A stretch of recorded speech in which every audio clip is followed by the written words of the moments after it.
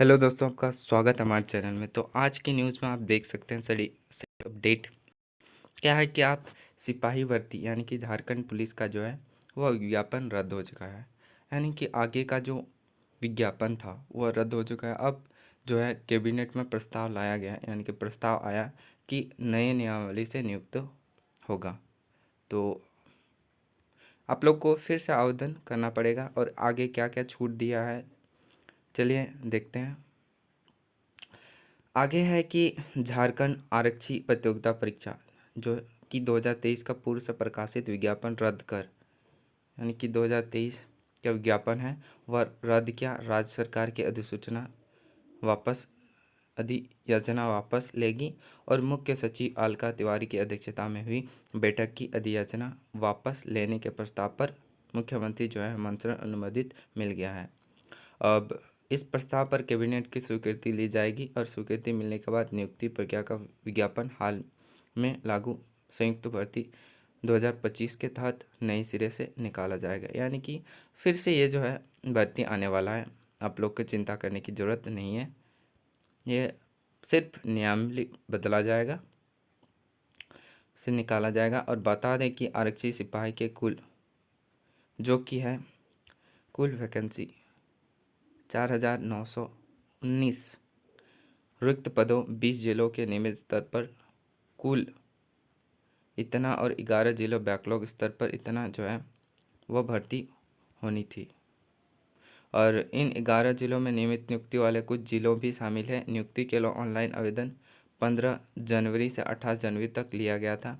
अब 15 जनवरी से 28 फरवरी तक लिया गया था और हज़ारों छात्र इनमें आवेदन भरा था।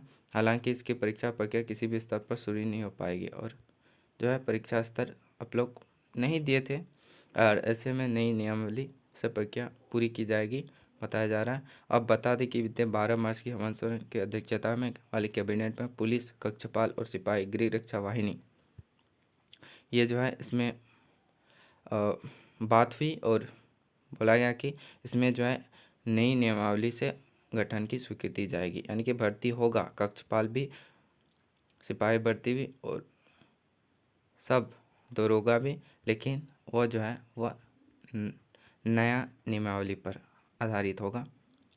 और तब कैबिनेट सचिव ने बताया कि नियमावली के आधार पर सिपाहियों की बहाली की जाएगी नई नियमावली के तहत। आगे क्या है और ये भी बताया गया कि प्रस्ताव पर यह भी है कि आवेदन शुल्क में पूर्व के अभ्यर्थी को मिलेगी छूट। यानी कि आगे जो पैसे दिए थे उसका थोड़ा छूट मिलेगा। क्या छूट मिलेगा चलिए देखते हैं। अधिसूचना वापस लेने के साथ सरकार ने फैसला लिया है कि भविष्य में संयुक्त भर्ती नियमावली के तहत नए आवेदन भर्ती प्रक्रिया में पूर्व के अभ्यर्थी का आवेदन शुल्क से भी छूट दी जाएगी। यानी कि जो कि पहले भरे थे और पैसा एग्ज़ाम फीस दिए थे या जो फीस भी होता है वह दिए थे और नहीं लगेगा, यानी कि छूट दिया गया है। और यानी जिस अभ्यर्थी ने पूर्व में झारखंड आरक्षी प्रतियोगिता परीक्षा 2023 निर्धारित शुल्क भुगतान यही लिखा है उसे दोबारा भरने की आवश्यकता नहीं है। सिर्फ शुल्क भुगतान शुल्क की बात की है।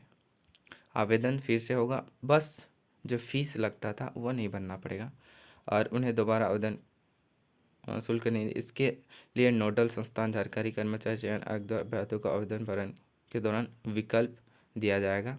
इसमें एक विकल्प दिया रहेगा।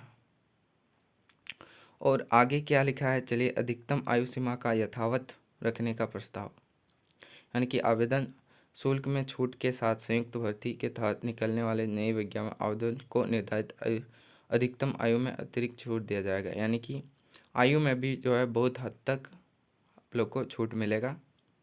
और यानी नए विज्ञापन अधिकतम आयु की सीमा झारखंड आरक्षण के तहत 1 अगस्त 2019 ही रखा जाएगा।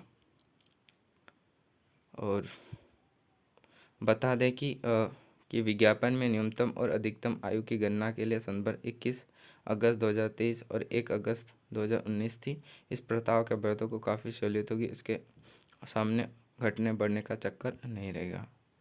तो यही था अपडेट। कैसा लगा अपडेट ज़रूर से बताइएगा कमेंट में। और ऐसे अपडेट पाने के लिए हमारे चैनल को सब्सक्राइब कर सकते हैं। मिलते हैं अगली वीडियो में, तब तक के लिए जय हिंद।